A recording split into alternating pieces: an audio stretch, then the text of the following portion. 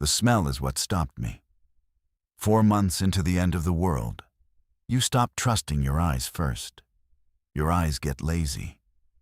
They learn to skip over the broken things, the overturned shopping carts, the rust-colored stains on concrete, the cars with doors hanging open like mouths mid-scream. Your brain just edits them out, same way it used to edit out billboards on a highway commute. But your nose doesn't lie. Your nose stays animal. So when I caught it, warm cotton and detergent, actual chemical lavender pushing through the late October air on a back street in Whitwell, Tennessee, I stopped walking, and my hand went to the .38 on my hip before I even registered the thought. Warmth, soap, mechanical hum. Naya noticed a half-second later. She was 6 steps ahead of me, pulling the wagon with the water jugs, and her shoulders went rigid under her jacket. She didn't turn around, just stopped, listened. Her left hand drifted to the hatchet in her belt loop, the same way mine had gone to the revolver. "You smell that?" I said. "I smell it." Behind us, walking rear guard with a shotgun across his chest, Terrence closed the gap. He didn't ask what we'd stopped for. He just breathed in through his nose, and I watched his face change. Not alarm, something worse. Confusion layered under longing, the expression of a man encountering something so fundamentally ordinary, it registers as alien. "That's a dryer," he said quietly. "That's a dryer running." The laundromat sat at the end of a narrow side street between a shuttered insurance office and a Dollar General with its front windows spiderwebbed by impact, but still intact. The sign above the door read "Mountain Clean" in faded red block letters. One of those mom-and-pop places with 20 machines and a change dispenser that never worked. The kind of place you'd pass 100 times and never enter unless your apartment unit broke. The fluorescent lights were on inside. Not flickering, not half-dead. Full, steady, buzzing fluorescence. The kind of flat, institutional glow that used to make you feel vaguely depressed at 10 p.m. on a Tuesday, and now looked like something from a fever dream. Through the plate glass window, I could see 3 front-loading dryers tumbling, clothes inside, rotating slow and rhythmic, the way they do in the last 5 minutes of a cycle. Naya turned to look at me, and her expression carried a question I didn't have the answer to. We had been scavenging in Whitwell for 2 days. We'd cleared the Family Dollar, the hardware store, and a small veterinary clinic that still had antibiotics behind the counter. We had mapped every block within a quarter mile of our entry route. This street had been on tomorrow's list. It was supposed to be dead. All of Whitwell was supposed to be dead. We'd seen no movement, no light, no sign of habitation anywhere in the town proper since we'd arrived. And yet, someone was doing laundry. "Could be on a timer," Terrence offered, but his voice had no conviction. Dryers don't load themselves. Dryers don't add soap. And the lights in the rest of the building were on too. The back hallway, the small office behind the counter. This wasn't a mechanical ghost. Someone had walked in, sorted clothes, loaded machines, and turned them on. Recently. I looked up and down the street. Nothing. No vehicles, no tracks in the thin layer of grime on the asphalt. No noise except the faint rhythmic tumble from inside. "We should go," Naya said. She was right. Of course she was right. We had a clean route back to the group. We had the water. We had enough scavenged cans to justify the run. Any sane assessment said, unknown variable, walk away, reassess from a safe distance. But I didn't move. Because through the window, past the row of tumbling dryers, I could see a folding table. And on that folding table, in 3 neat stacks, were clothes. Not random clothes pulled from an abandoned hamper. Familiar clothes. A green hoodie with a bleach stain on the left cuff. A pair of small denim overalls with a patch on the knee. A red flannel shirt with the sleeves already rolled and pinned because the owner's left arm ended 4 inches above the wrist. Those were ours. That green hoodie belonged to my son, Caleb. The overalls belonged to B, Terrence's 3-year-old. And the red flannel with the pinned sleeves was Marcos, the man currently sitting watch at our camp 4 miles south with a rifle across his lap. I didn't tell Naya to wait.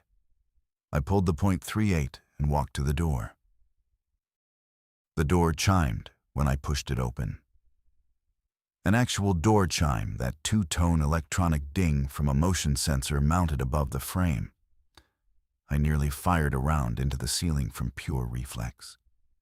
Inside, the air was heavy and tropical, humid and warm, saturated with the clean industrial smell of bulk detergent, the kind that comes in 5-gallon buckets. The floor was white linoleum, recently mopped. Not recently as in this week, recently as in today. I could see the faint damp streaks where the mop had passed, not yet fully dry. I moved between the rows of machines with my revolver up, checking sight lines. The place was small, maybe 1,200 square feet. 2 rows of washers down the center, dryers against both walls, folding tables at the back, a coin-op vending machine that had been pried open and emptied of everything except a single bag of Funyuns, and a small office behind a half door with a laminate counter. Empty. All of it. No one in the office.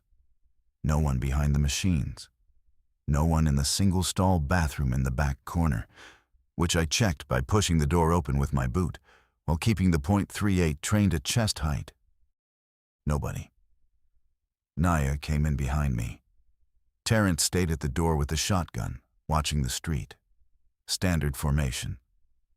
We'd been moving as a unit for 3 months, and certain patterns had become automatic. Terrence holds the exit. Naya covers my flank. I take point.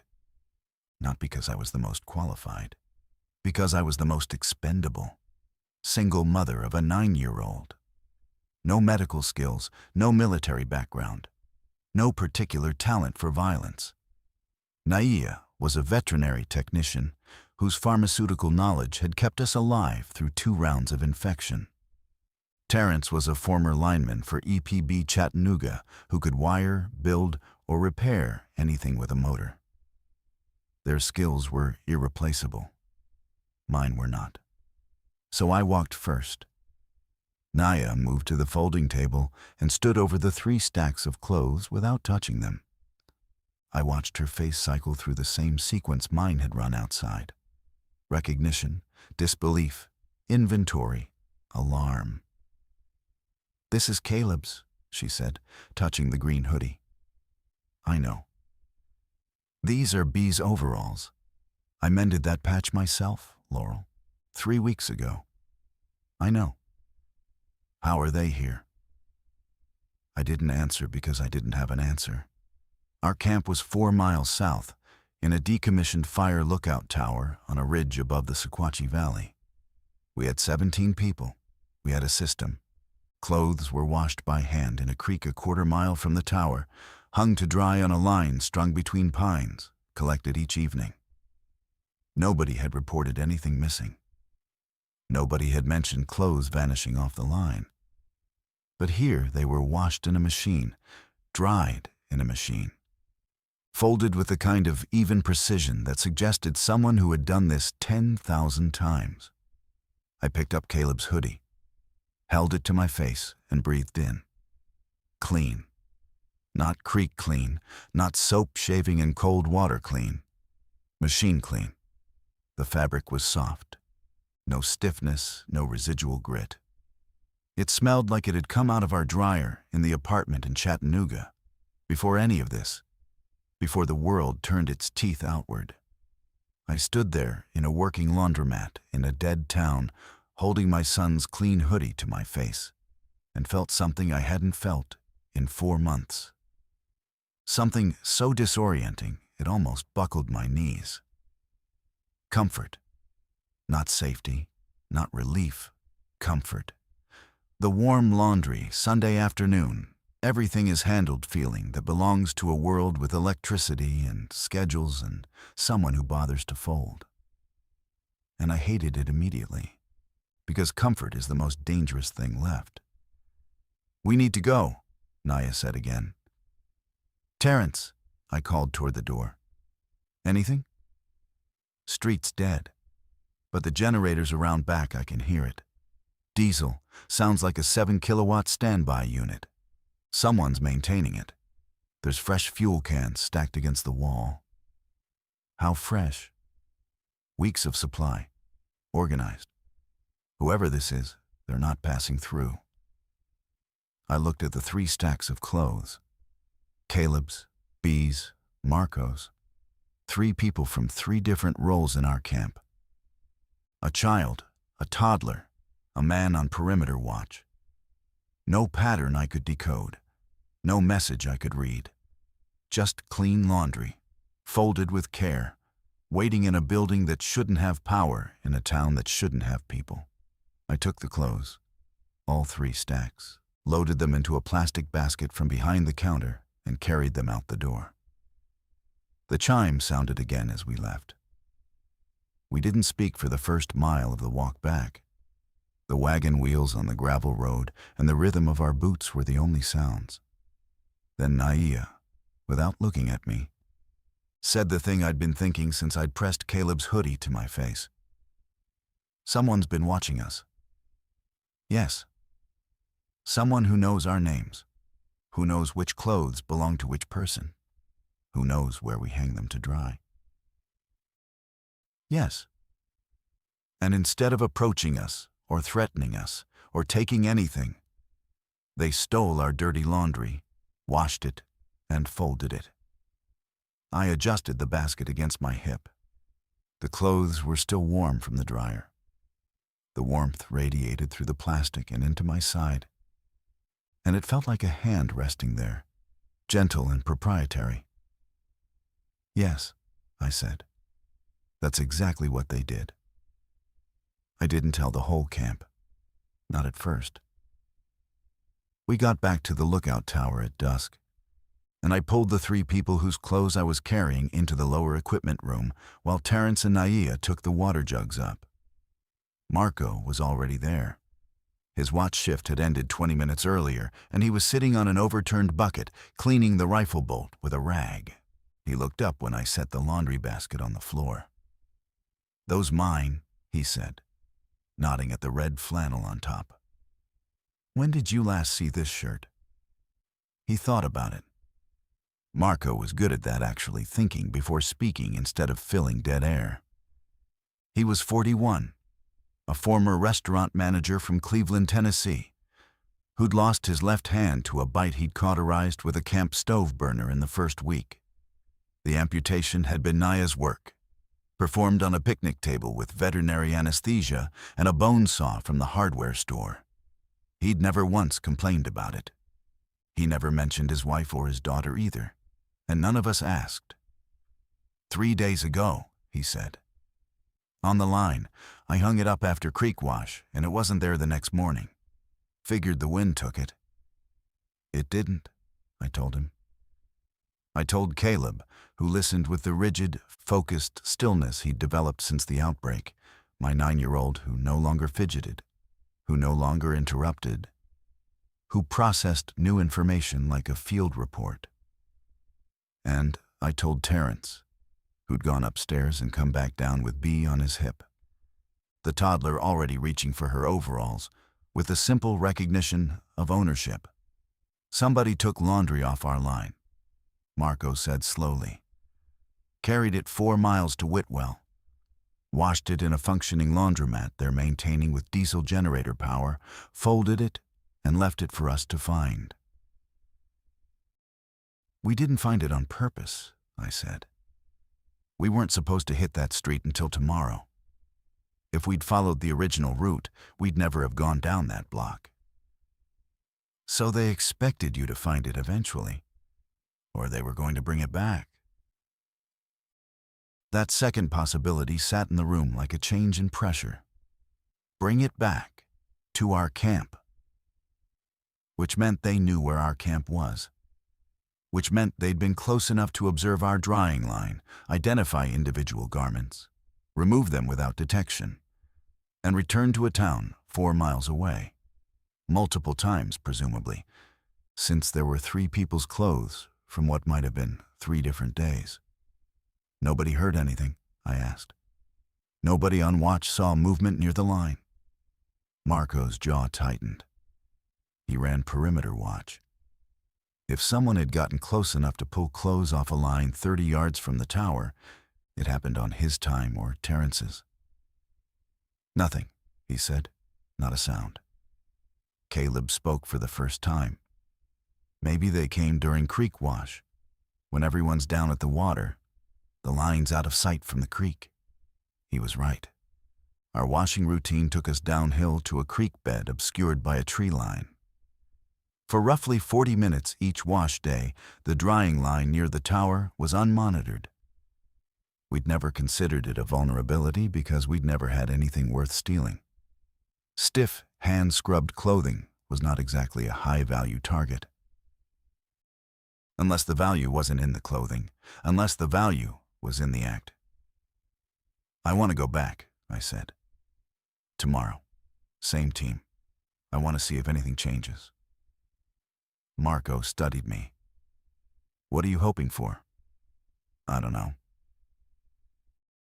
That's not a good reason to go back to something you don't understand. I know.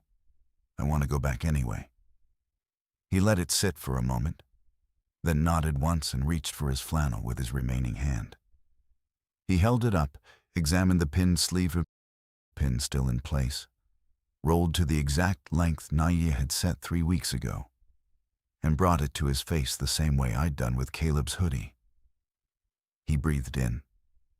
Then he set it down, and for a moment his expression broke open along a seam I'd never seen before. Something behind his composure shifting and then resettling. And he picked up the rifle bolt and resumed cleaning it.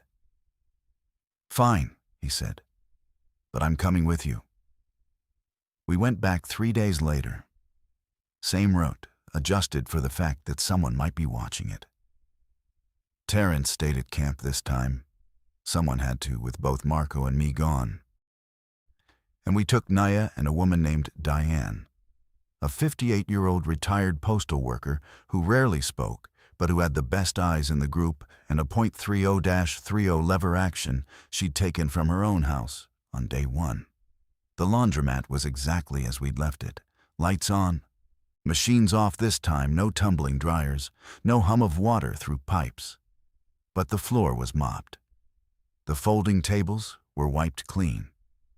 And on the center table, in 4 neat stacks, were more of our clothes. This time the selection was different. A thermal undershirt that belonged to Diane. 2 pairs of children's socks B's, identifiable by the mismatched patterns Terrence used because he'd run out of matching pairs.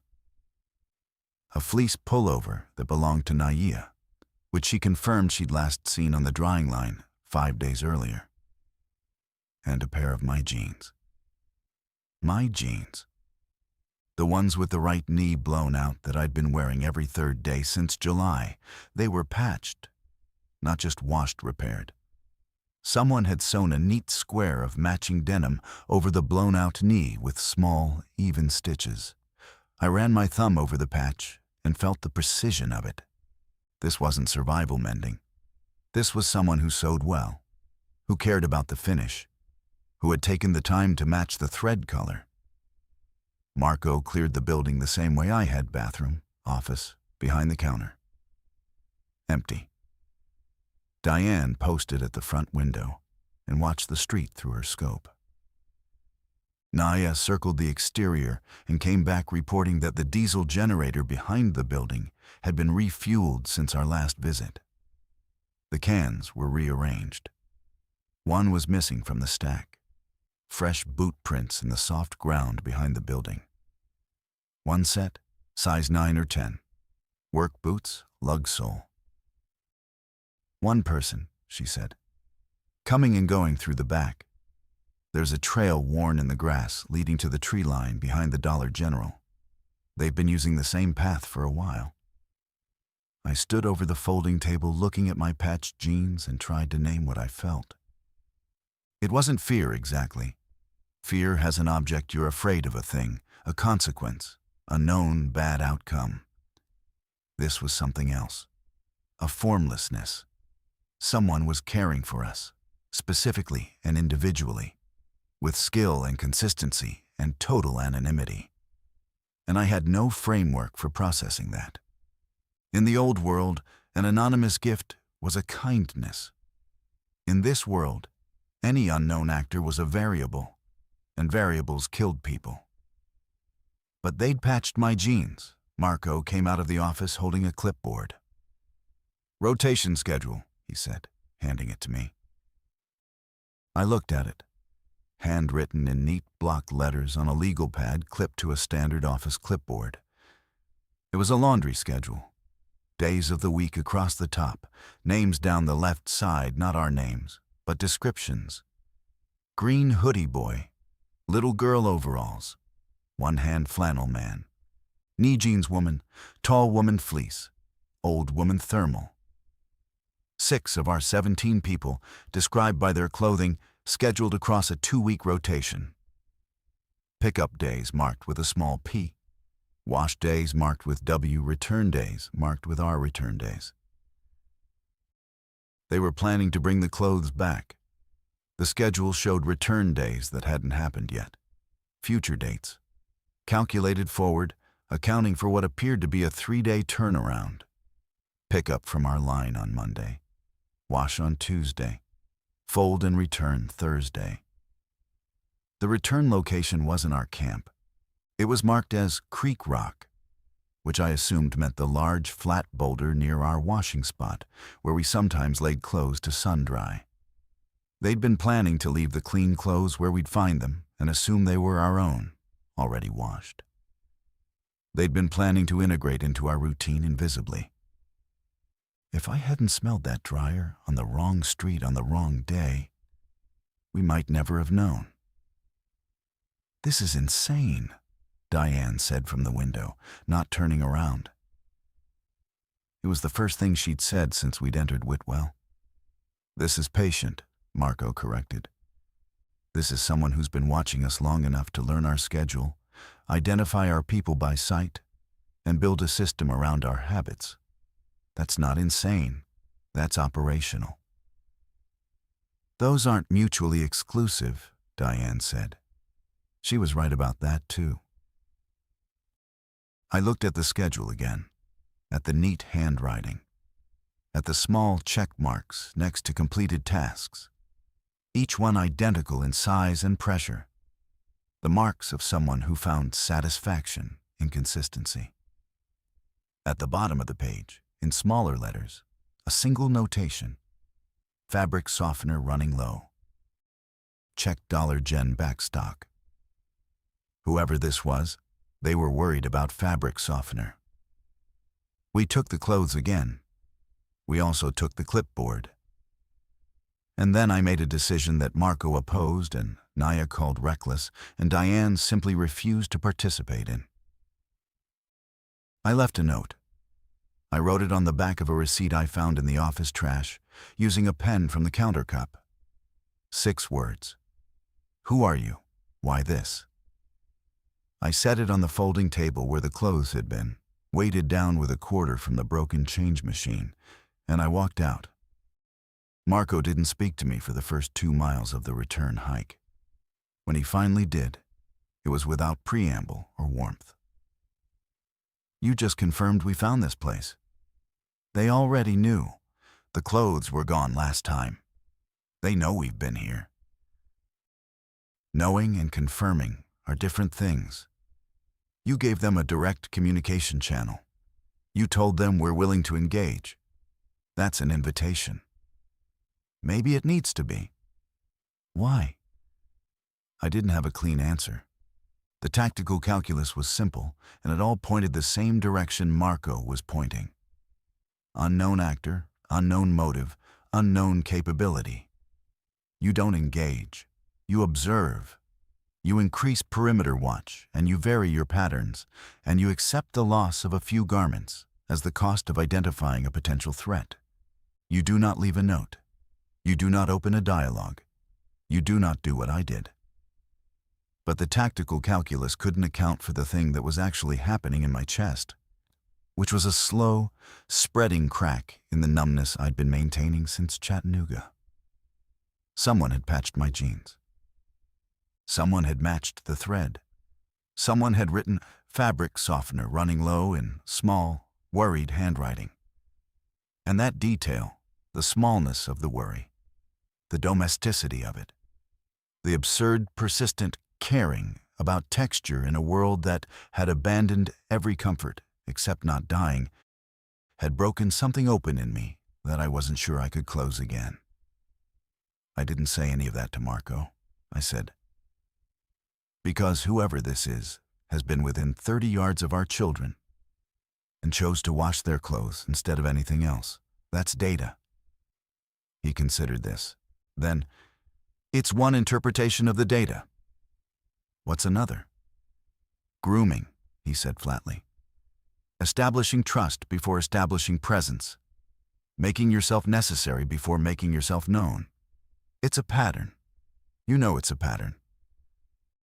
I knew it was a pattern. I'd spent half my adult life recognizing that pattern, exiting that pattern, recovering from that pattern. My ex-husband had been a virtuoso of it, the unsolicited helpfulness, the quiet insertion into infrastructure, the way he made himself load-bearing before he made himself heavy. Marco didn't know that history, but the parallel landed like a fist in the sternum anyway. We walked the rest of the way in silence. At camp, I distributed the clothes to their owners without explanation. I told Terrence and the rest of the group that we'd found the items in an abandoned house on the east side of Whitwell. A lie. The first I'd told our group since we'd formed. That night, I sat on the lookout platform watching the valley under a clear half-moon and listened to the distance. 4 months in, the nights were mostly quiet. The infected didn't hunt at night, not a hard rule, but a tendency. They were heat seekers, movement chasers, and darkness seemed to slow their activation. They clustered in buildings during the dark hours, standing in rooms, sometimes making a low vocalization that you could hear if you were close enough, a drone, almost subaudible, that one of our group called the hum, and that Caleb, who had read too many books for a 9-year-old, called the frequency. From the tower, on a quiet night, I could sometimes hear it. A faint thrumming carried on the wind from whatever buildings in the valley still held clusters. It was constant and impersonal, like tinnitus. And I'd learned to let it fade into background the way you learn to unhear a refrigerator. But tonight, I couldn't unhear it. Tonight, everything in the dark felt deliberate and directed, as if the entire valley were a system of observation pointed at our ridge. Someone was out there folding our clothes. And I'd told them I wanted to know why. 6 days. Nothing. We went back twice, once the regular scavenging run, once a dedicated check of the laundromat on a day the schedule indicated should be a wash day. Both times the building was empty of people but showed signs of recent use. The machines had been run. The floor had been mopped. My note was gone. On the second visit, there was a reply.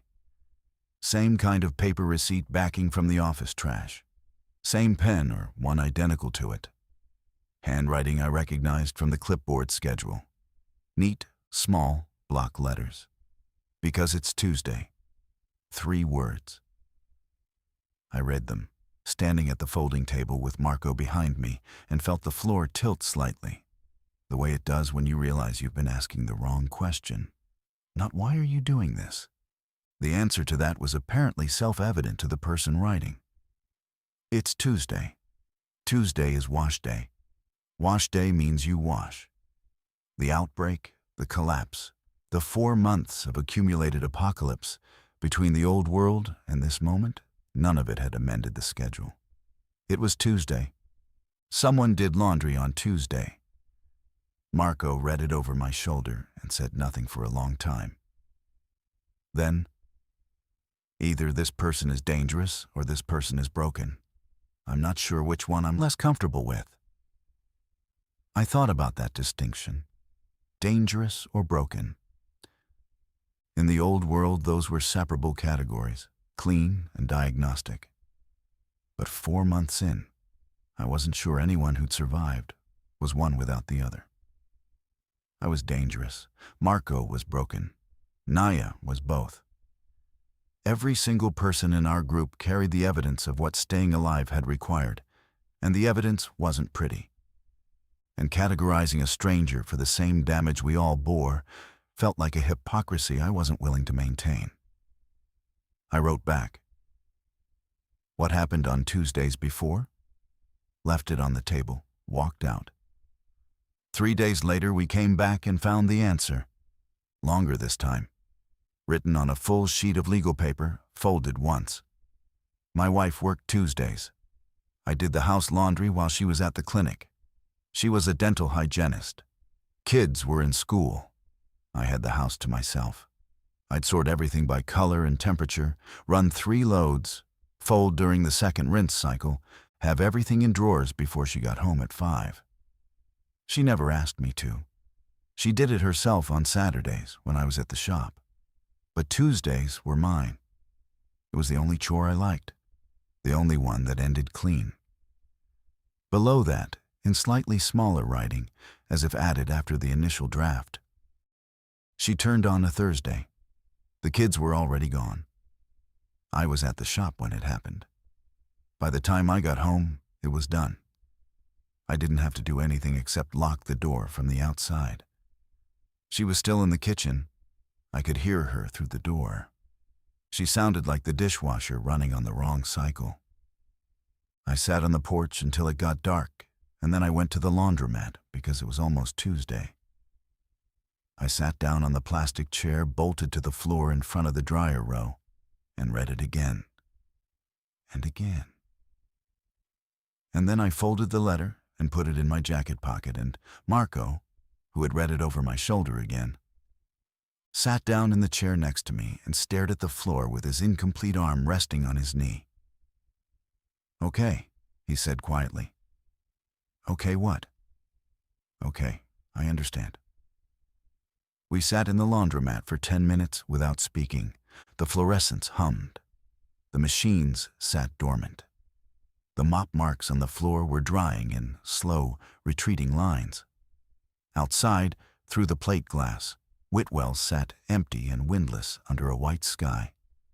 And somewhere in it, or near it, or watching it, was a man who had lost everything on a Thursday and responded by continuing to fold. I should tell you about our group, because what happened next doesn't make sense without understanding what we were and what we weren't. 17 people. Not a militia, not a commune, not a family. An accretion. We'd come together the way most surviving groups did, by accident, proximity, and the brute math of needing more hands than any single household could provide. I'd left Chattanooga with Caleb on day 3, heading south on foot after our apartment complex was overrun. We found Naya on day 5. She was barricaded in her veterinary clinic on Highway 27 with a pharmacopoeia of animal-grade medications and no weapon. Terrence found us, or we found him. He was restoring power to a gas station on day 8, trying to run the pumps, and we stopped because we heard the generator and thought it meant people. From there, the group grew the way organisms grow, cell by cell. Diane joined us outside Jasper. A couple named Richard and Sunyi found us near Monteagle. A teenager named Keller showed up one morning at the base of our first camp. a church steeple in Tracy City, and just sat there until we came down. Over weeks, others arrived or were found or simply appeared at the margins and gradually moved inward. Marco was the last to join in August, walking out of the tree line alone with his cauterized stump wrapped in a motel pillowcase, asking for nothing except water. We were not bonded by ideology or affection. We were bonded by routine. Terrence kept the infrastructure functional. Naya kept bodies alive. Marco ran perimeter. Diane hunted. I organized schedules, inventory, task rotation, the unglamorous architecture of sustained group function. My only skill, it turned out, was the one nobody valued until it was missing. I kept track. Who had eaten? Who hadn't slept? Which supplies were dropping toward critical? When the last time someone had spoken to Keller was. Because Keller was 17 and alone, and the kind of quiet that could mean contemplation or could mean something darker. We worked. That was our identity. Not love, not loyalty, not shared belief. Function. And function had kept us alive for 4 months, which was longer than most. But function doesn't answer the question of what to do when someone offers you something you didn't ask for and can't reciprocate. Function is a closed system. Gifts break it open. The laundry was breaking us open. Word spread despite my efforts to contain it. Caleb told Keller about his hoodie being machine washed. Keller told Sun Yi. Sun Yi told everyone else, because Sun Yi processed anxiety through communication and could not physically hold an unshared piece of information for longer than 8 hours. Within a week, all 17 people in our group knew about the laundromat, the folded clothes, the notes, the man. And the reactions split us down a line I hadn't predicted. I'd expected the division to be tactical threat assessment versus engagement, Marco's camp versus mine. That division existed, but it was shallow. The deeper split was emotional, and it ran along a fault I hadn't known was there. Half the group wanted the laundry to continue, not wanted needed. The idea that someone out there was maintaining a machine, heating water, folding fabric, worrying about softener. It functioned as evidence. Evidence that the world still had spaces in it where small, careful, ordinary acts persisted. Evidence that survival wasn't only scavenging and perimeter and the rifle bolt's action. Diane, who spoke rarely and felt things she never named, quietly left a pair of her socks on the creek rock on Monday. They were gone by Tuesday morning and returned, clean, by Thursday. She didn't tell anyone. I found out because I was watching the creek rock. The other half wanted it stopped, not out of fear, but out of something more corrosive suspicion of comfort itself. Richard, who had been a financial analyst in Nashville before the collapse, and who still approached every situation as a risk-reward matrix, articulated it most clearly during a group discussion I'd tried to prevent and failed to. Dependency, he said. That's the product here, not clean clothes. Someone is manufacturing our dependency on a service we didn't request, can't verify, and can't control. Every garment we accept makes us more psychologically reliant on a stranger's goodwill. That's not generosity. That's leverage. He wasn't wrong. And Naya, standing beside me, muttered something I almost missed. Sounds like what we said about the antibiotics, too. She was right. When we'd found the veterinary medications, the same argument had applied. Dependency on a finite supply controlled by a single person. We'd resolved it by distributing the knowledge Naya taught 3 others to dose and administer. But you can't distribute the knowledge of someone's private grief. You can't decentralize a man's need to fold. The discussion ended without resolution, which was how most of our discussions ended. We didn't vote. We didn't have a leader. We had a center of gravity that shifted depending on the crisis. And right now, the center of gravity was a stranger's neat handwriting and the smell of warm cotton. And I was the one orbiting closest to it, and I didn't know what that meant. I went back alone. I know. I know what you're thinking, and Marco said it louder and with fewer diplomatic cushions than you're imagining. But I went. The note I left said, "My name is Laurel. You can come talk to me if you want. I'll be here Thursday at noon. No weapons, just me." I told Marco and Naya. I did not tell them I was going alone. I told them I was taking Diane. And then I told Diane I'd changed the plan and was going solo. And Diane looked at me with her flat, assessing eyes and said, "I'll be on the ridge with the 30-30. You won't see me, and neither will he." And I accepted that because Diane's compromises were non-negotiable, and also because I wasn't actually trying to get killed.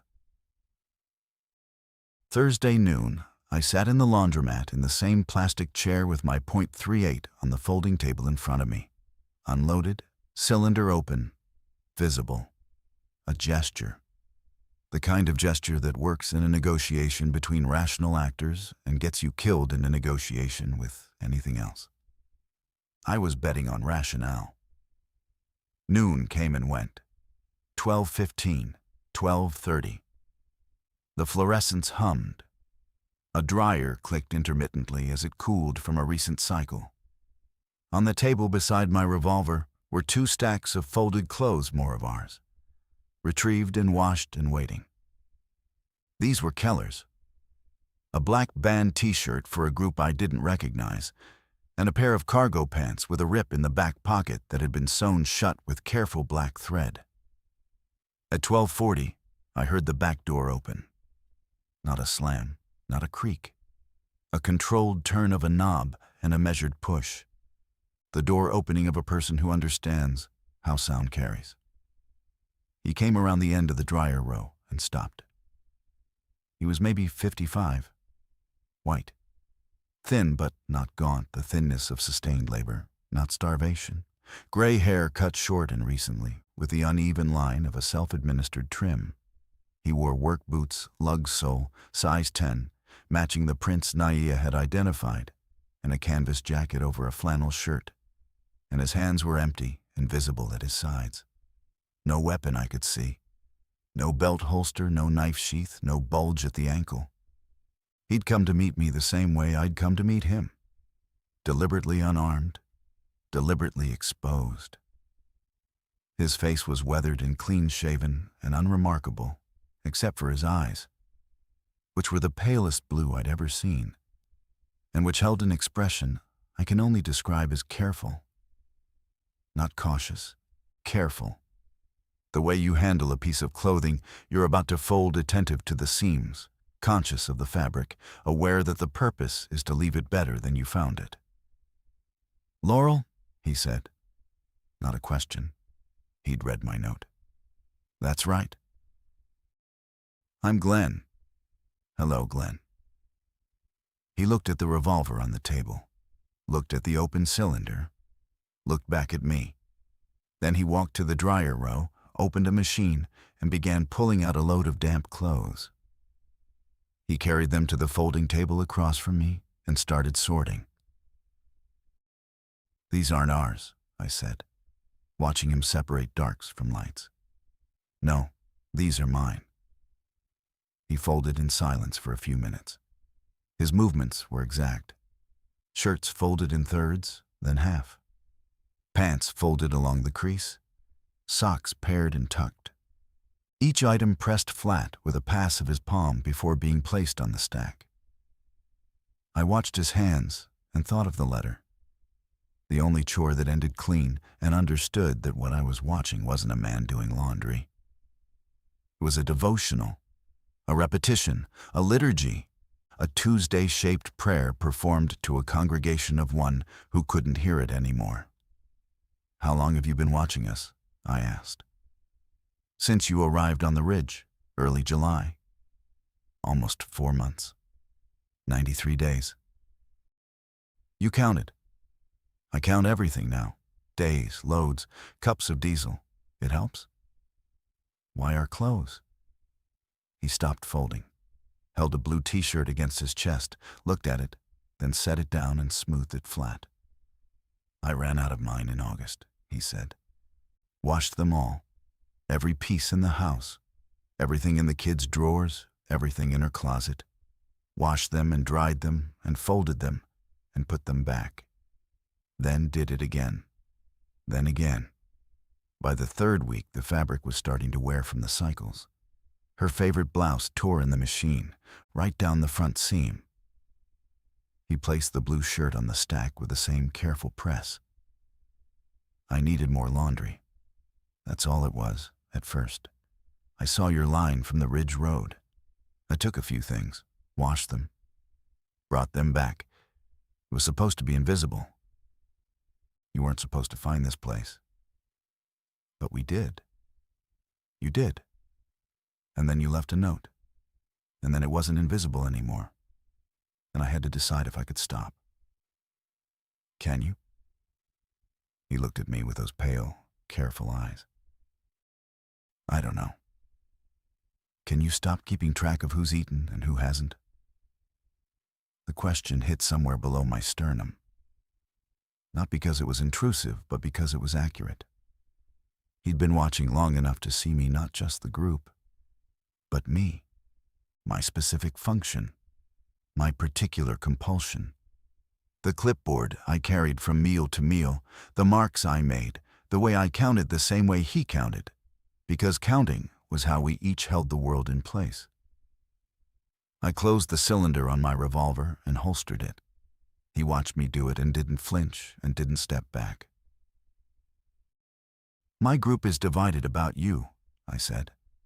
I'd expect that. Some of them think you're building leverage. I'm not. I know. But that's not the point. The point is, they can't verify it. And in this world, unverifiable intention is indistinguishable from threat. He nodded slowly, accepting this the way you accept weather, not with agreement, with recognition. What do you want me to do? He asked. I hadn't expected the question to be that simple, or that surrendered. I'd expected negotiation, terms, a pitch for inclusion, or a request for trade, or the opening move of an exchange. Instead, he stood in front of me with his empty hands and his finished laundry, and asked me what I wanted as if the answer were the only thing that mattered. I want you to meet my group, I said, and I want you to let them decide. I brought Glenn to the Ridge on a Saturday, neutral day, not a wash day, not a scavenging day. A day the camp spent it on maintenance, Terrence fixing the solar trickle charger, Naya inventorying the pharmacy kit, everyone else doing the small accumulating repairs that kept 17 people operational on a mountaintop with no supply chain. I'd arranged it with Marco in advance. Marco would be armed and positioned. Diane would be on the ridge with the .30-30. Glenn would enter the camp perimeter from the south trail, in the open, hands visible, at 10 a.m. These were conditions, and Glenn accepted them without negotiation, which made Marco more suspicious rather than less. A person with nothing to hide still has things to protect, Marco said the night before. Compliance isn't the same as transparency. What would transparency look like? I don't know, but I'll know it when I see it, and I haven't seen it yet. Glenn arrived at 10:02, 2 minutes late because he'd stopped at the tree line and waited until he was certain he'd been seen before stepping into the clearing. A gesture, like my open cylinder. He wore the same canvas jacket. He carried nothing except a canvas bag, which he set on the ground at the edge of the clearing and stepped away from before anyone approached. I walked out to meet him. Behind me, arranged in no particular formation, but with a collective alertness that functioned as one, the group watched.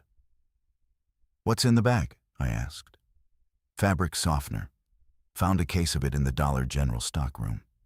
Thought your people might want some for the creek wash. It works cold, too, if you add it during the rinse. 17 people standing on a ridge in occupied territory, staring at a stranger who'd brought them fabric softener. I heard Sun Yi make a sound that might have been a laugh and might have been a sob, and was probably both. The meeting was not what I'd planned. I'd planned introductions, a structured conversation, a chance for people to ask questions in an orderly fashion. What happened instead was silence. Glenn stood at the edge of the clearing, and the group stood near the tower. And nobody spoke because nobody knew what category to put this in. He wasn't a threat. He wasn't a refugee. He wasn't a traitor. He was a man carrying fabric softener, and we had no protocol for that. Caleb broke it. My 9-year-old, who had not been a normal child for 4 months, and who I sometimes feared would never be a normal child again. Walked across the clearing with the directness of someone who has not yet learned that distance between strangers should be maintained. He stopped in front of Glenn and looked up at him. "You washed my hoodie," Caleb said. "I did?" "It smelled like before." Glenn's composure held, but barely. I saw the muscles in his jaw work, saw his hands, already at his sides, press flat against his thighs. "That's the gain," he said. "Original scent, same as what we used at home. My mom used Gain, too, before." "I know. I could tell from the residue in the fabric. Faint, but it was there. That's why I matched it." My son nodded, apparently satisfied by this forensic explanation of laundry detergent selection, and walked back to me. He took my hand, which he hadn't done voluntarily in 3 months, and said, "He's okay, Mom." A 9-year-old's verdict should not carry diagnostic weight. I knew that. Marco, standing 12 feet away with the rifle across his chest, knew that. But Caleb had delivered it with such calm, empirical certainty, the certainty of someone who had assessed the data and found it sufficient, that the group's posture shifted. Not relaxed, shifted, the way a locked joint will unlock 1 degree. Richard was the first adult to speak. "What do you want from us?" Glenn looked at him. "Nothing. Everyone wants something." "I want to do laundry. Your laundry, my laundry, it doesn't matter. I want to run the machines and fold the clothes and maintain the generator. And have it matter to someone that the clothes are clean. That's what I want. If you don't want that, I'll stop. I'll stay in Whitwell and wash my own things, and you'll never see me again." "But you asked." "That's not sustainable," Richard said. "The diesel alone. I have 400 gallons in a storage tank behind the shop. My shop. Glenn's small engine repair on the main road. I've been siphoning from the filling station incrementally. At current usage, the generator runs 18 months before I need a new source. And then I find more diesel or I wash by hand. I've done both. The machines are better." Richard opened his mouth, and I watched him run the risk-reward matrix in real time. Watched him search for the angle, the leverage, the hidden structure of obligation, and I watched him fail to find it. Because there wasn't one. There was just a man who wanted to fold.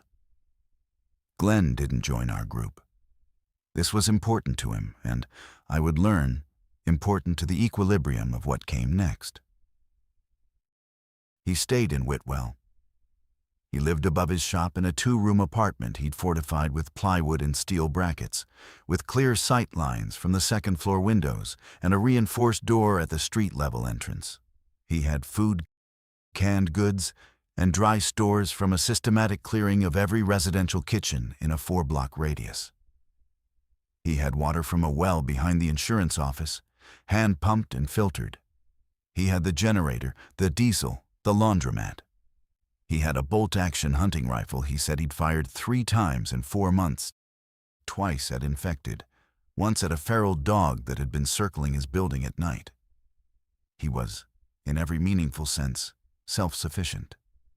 He didn't need us, and he made no move to reduce the distance. What he did was laundry. Tuesdays and Fridays became the days. We established a drop system canvas bag on the creek rock, collected Monday evening, returned Thursday morning. Fridays were Glenn's processing day for overflow or specialty items, things that needed particular care.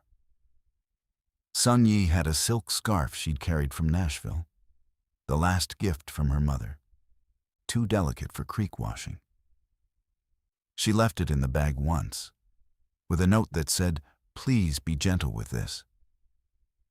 It came back hand-washed, wrapped in tissue paper Glenn had scavenged from somewhere, with a small tag that said cold water only, no ringing, reshaped on flat surface. These transactions, and they were transactions, though no currency or obligation changed hands, began reshaping us in ways I hadn't anticipated and couldn't fully control. People started caring about their clothes again. Not vanity, something prior to vanity.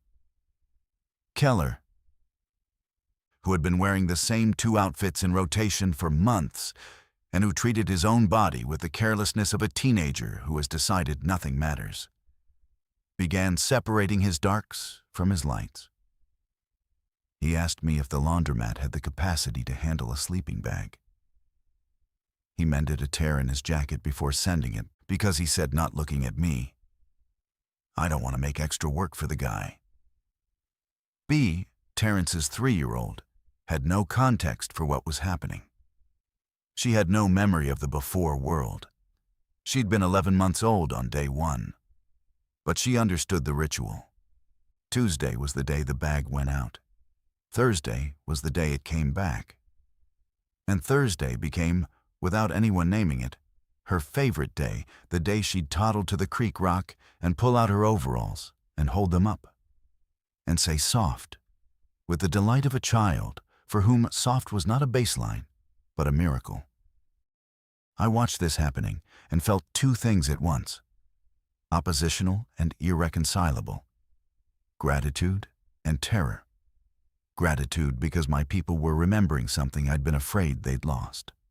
Terror because remembering it made losing it unbearable, and we could lose it at any time. Glenn could die, the generator could fail, the diesel could run out, or Glenn could simply stop the way anyone can simply stop, and we would be returned to the creek and the cold water and the stiff fabric, and it would feel worse than it had before, because now we'd know what we were missing. Dependency, Richard's word, the one I'd dismissed and couldn't dismiss anymore because I was watching it form in real time, in the soft hands of a toddler who said soft on Thursdays. And I knew that this was the dilemma the outbreak had actually designed for us. Not whether to let the stranger in. We'd settled that. The real question was whether to let the comfort stay. The infected came to Whitwell in November. Not a horde, a drift. That's what we'd started calling the slow, seasonal migration patterns, clusters of the turned moving along corridors, following roads or water or some signal we hadn't decoded. They didn't swarm like the movies. They walked, individually or in loose groups of 3 to 10, moving at a pace slightly below normal human walking speed, heads slightly tilted, making the low drone that meant their auditory hunting system was active. A drift could pass through a town in a day or settle in for weeks depending on stimuli. Noise drew them, heat drew them, and the steady, reliable hum of a diesel generator drew them like a lighthouse. Marco spotted the first cluster from the lookout tower on a Tuesday. 6 infected moving along the tree line on the valley road that connected our ridge to Whitwell's north approach. By Wednesday, the count was 19. By Thursday, Naya, returning from a medical supply run, reported at least 40 distributed across the blocks we'd been scavenging. The laundromat was in the center of that grid. I stood on the tower platform with Marco's binoculars and tried to find the building. I could see the Dollar General. I could see the insurance office. Between them, barely visible at maximum magnification, the red block letters of Mountain Clean. And in the parking lot in front of it, standing still, heads tilted, 3 infected oriented toward the building as if listening for something behind its walls. "Generator's off," Terrence said. He was standing beside me, listening. "I can't hear it." "He shut it down." Smart. But if they're already keyed to the location, they'll cluster there, even without the sound. Residual thermal signature from the dryer vents. They'll stand outside that building for days. Marco appeared on the platform.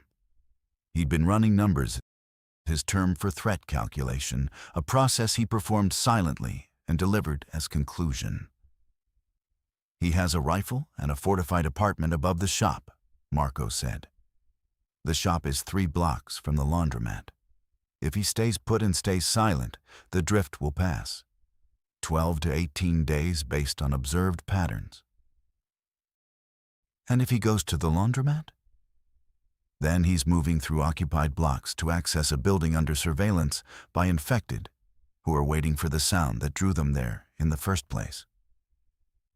"He won't go," I said. "He's careful. He'll wait it out." Naya, coming up the ladder, heard my last sentence and stopped.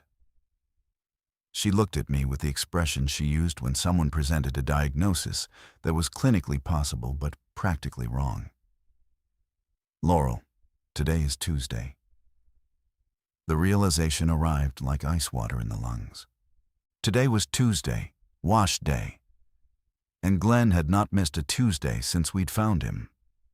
Not once, through rain, through cold snaps, through the 2-week stretch in October when a smaller drift had passed along the western valley and he'd simply adjusted his route to avoid them. He'd washed on Tuesdays because it was Tuesday, because the schedule was the point, because the schedule was the only structure between him and the kitchen door he'd locked from the outside, with his wife still behind it.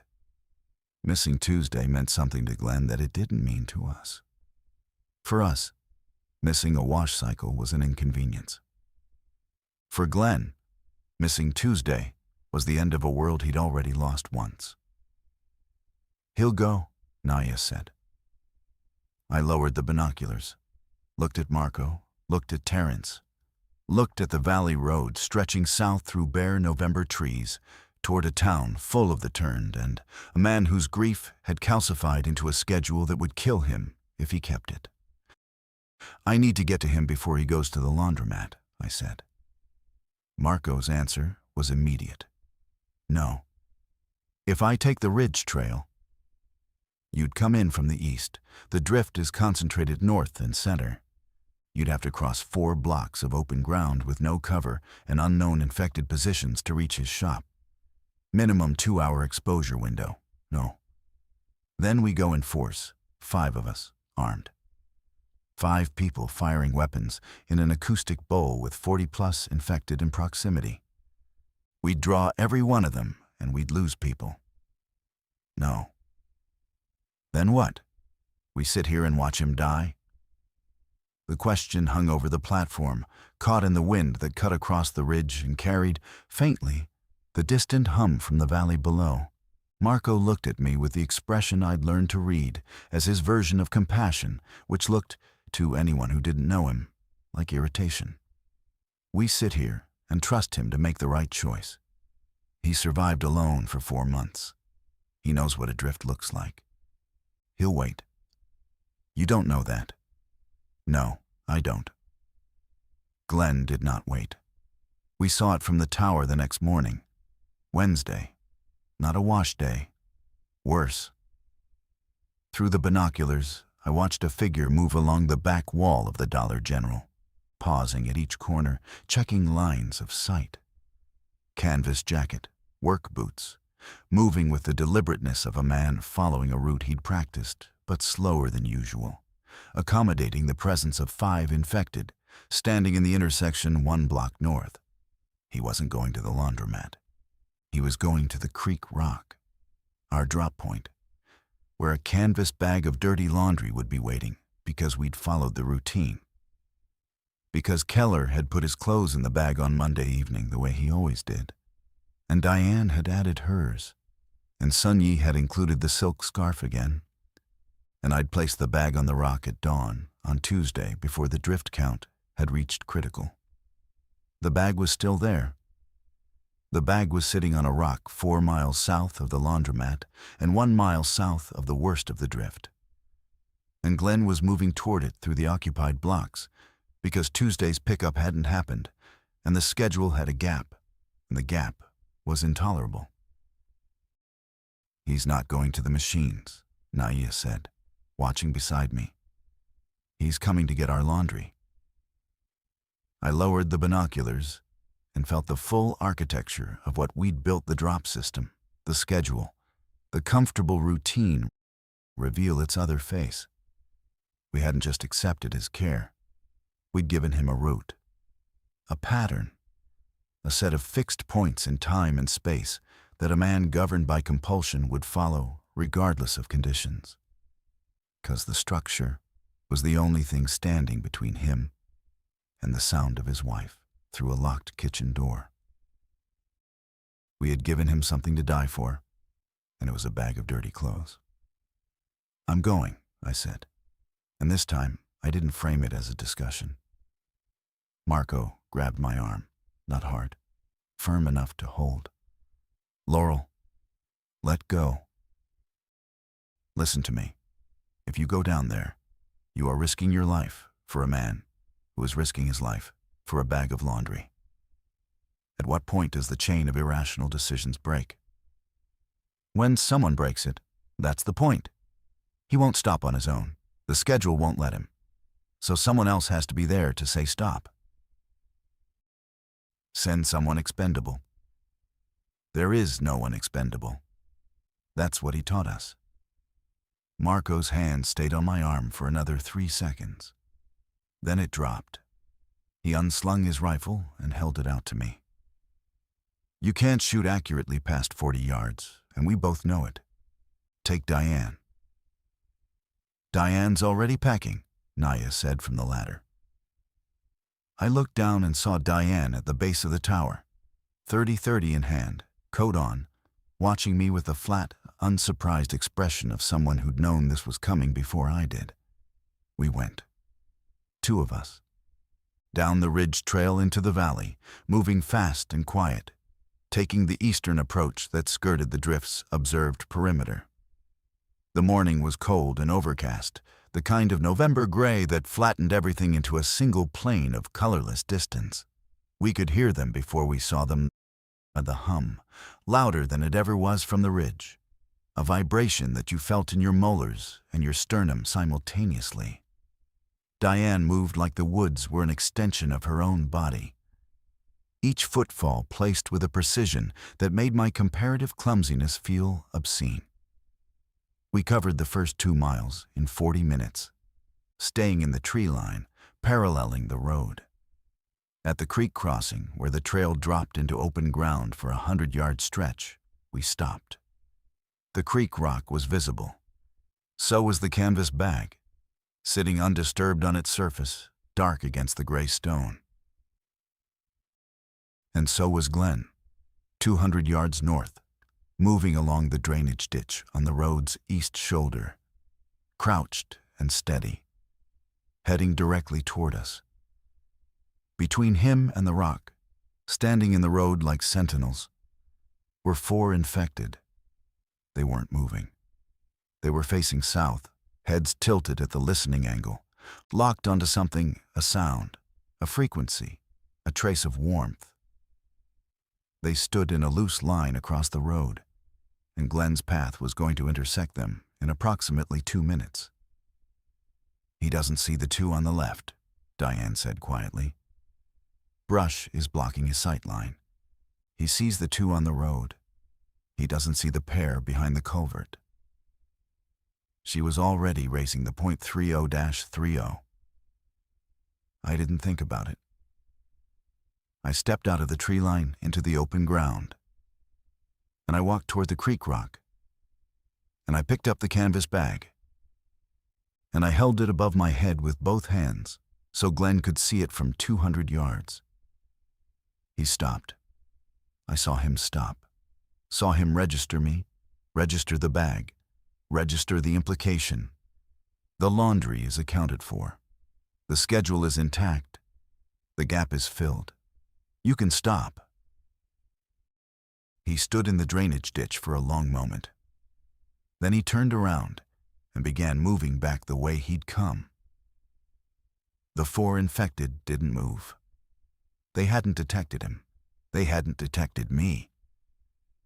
Diane's finger rested beside the trigger, not on it, and stayed there until Glenn disappeared into the brush line to the north, and the road was empty except for the turn and the wind and the bag of dirty laundry in my hands. We went back to the ridge. I carried the bag the entire way. It was heavy with the clothes of people who trusted the schedule. And I held it against my chest the way I'd held Caleb's hoodie in the laundromat that first day. And I didn't wash any of it. I brought it back to camp and put it in the storage bin and told everyone we'd suspended the drop until the drift cleared. Nobody argued. Not even Keller, who had started caring about his clothes again. Not even B, who had missed Thursday. Not even Sun Yi, whose silk scarf was in the bag and who understood, without anyone explaining, that the scarf could wait. The drift cleared Whitwell in 16 days. Marco's estimate, almost precise. By the second week of December, the valley road was empty, and the hum had faded to its usual background murmur, carried from further away, someone else's problem. Glenn restarted the generator on the first Tuesday after the all clear. We heard it from the ridge, that faint, familiar diesel rhythm pushing through the winter air. Terrence confirmed it with a grim nod. Naya closed her eyes for a moment. Caleb, sitting cross-legged on the platform doing math problems I'd assigned from a salvaged textbook, looked up and said, "He's okay." I went to Whitwell the next day, alone. Marco didn't stop me. He'd stopped trying to stop me after the creek rock, not because he'd changed his assessment, but because he'd recognized something in my decision that was akin to what Glenn carried, a pattern stronger than logic. A repetition that had become structural. The laundromat was clean, mopped, lights on, 3 dryers running. Glenn was at the folding table, pressing a crease into a pair of khaki pants that belonged to no one in our group. His own. He'd been washing his own clothes during the 16 days, I realized, keeping the Tuesday even without us, keeping the act, the motion, the fold. He looked up when the door chimed. "You came down to the creek," he said. "I did. I saw you holding the bag up, like a signal." "It was a signal." "I know. I almost didn't turn around." "I know." He set the pants on the stack and smoothed them with his palm. That gesture, the final press, the completion, and then his hand stayed flat on the fabric. And he looked at it, at his own hand, as if it belonged to someone he was trying to remember. "She used to fold differently than me," he said. "Shirts in half, then thirds. I always did thirds, then half. We argued about it once. A real argument. 20 minutes, over folding. She said my way left a center crease. I said her way wasted surface area. We went to bed angry about laundry." He lifted his hand. "I fold her way now. I switched. After. I can't even do it my way anymore. My hands just go to her pattern, like they decided without me." I sat down across from him. The fluorescents hummed. The dryers turned. Outside, Whitwell sat empty and cold under a December sky. And inside this building, A man had kept the lights on, and the water hot, and the soap stocked for 9 months, because his hands remembered a way of folding that wasn't his. Glenn. Yeah. We need to change the system. He looked at me. The drop is too exposed. The route is too fixed. What happened during the drift that can't happen again? You can't cross occupied ground for a bag of laundry. I know. Do you? Because you did it? I know I did it. I knew I was doing it while I was doing it. I watched myself do it the same way you'd watch someone walk into traffic. Couldn't stop. So we build stops. We build breaks into the pattern. If the drift comes again, if conditions change, the schedule flexes. No pickup, no retrieval, no movement until it's clear. Tuesday moves. Tuesday becomes whenever it's safe. He was quiet for a long time. The dryer behind him clicked through its cycle change, the tumble slowing, then speeding up, then settling into the new rhythm. My wife would have liked you, he said. She was a planner too. She had a system for the pantry, color-coded labels on the shelves. I used to tease her about it. Told her she was organizing against chaos. She said that's exactly what organizing is. He pulled the next item from the dryer, one of B's small shirts, and held it up with both hands, examining it for damage the way you'd examine something precious, something entrusted to you. Okay, he said. Tuesday moves. But it doesn't disappear. It doesn't disappear. He folded the small shirt in half, then in thirds, his wife's way, and placed it on the stack. We rebuilt the system. It took a week of negotiation, most of it between Marco and Glenn. Two men whose survival architectures were nearly identical in discipline and nearly opposite in purpose. Marco's system was designed to exclude threat. Glenn's system was designed to maintain care. Finding the overlap required more patience than either of them naturally possessed, and I spent most of the week translating between two men who used the same words to mean different things. The new protocol had backup drop points 3 locations between the Ridge and Whitwell, each accessible from multiple routes, each chosen for concealment and defensibility. The schedule became conditional. Tuesday if green, Thursday if amber, suspended if red, with color designations tied to drift proximity and infected count. Glenn agreed to carry a radio. We had a pair of functioning handhelds from the veterinary clinic, and to check in every morning at 7 a.m. He agreed to abort any Tuesday that Marco called red, no argument, no override. In exchange, Marco agreed to something I hadn't expected, and Glenn hadn't requested. He agreed to go to the laundromat. Not every week, not on a schedule. But once in that first week of the new protocol, Marco walked into Mountain Clean with his rifle on his back and his pinned sleeve hanging at his side, and stood at the folding table and watched Glenn work. He didn't fold anything. He didn't participate. He stood there for 20 minutes in silence, watching the careful, repetitive motion of a man smoothing fabric. And then he unpinned his right sleeve, set the flannel on the table, and said, "This one's fraying at the cuff, if you have thread." Glenn had thread. He had a full sewing kit in the office needles, thread in 20 colors, a thimble, fabric scissors, a small iron that ran off the generator. He repaired the cuff while Marco waited. Small, even stitches.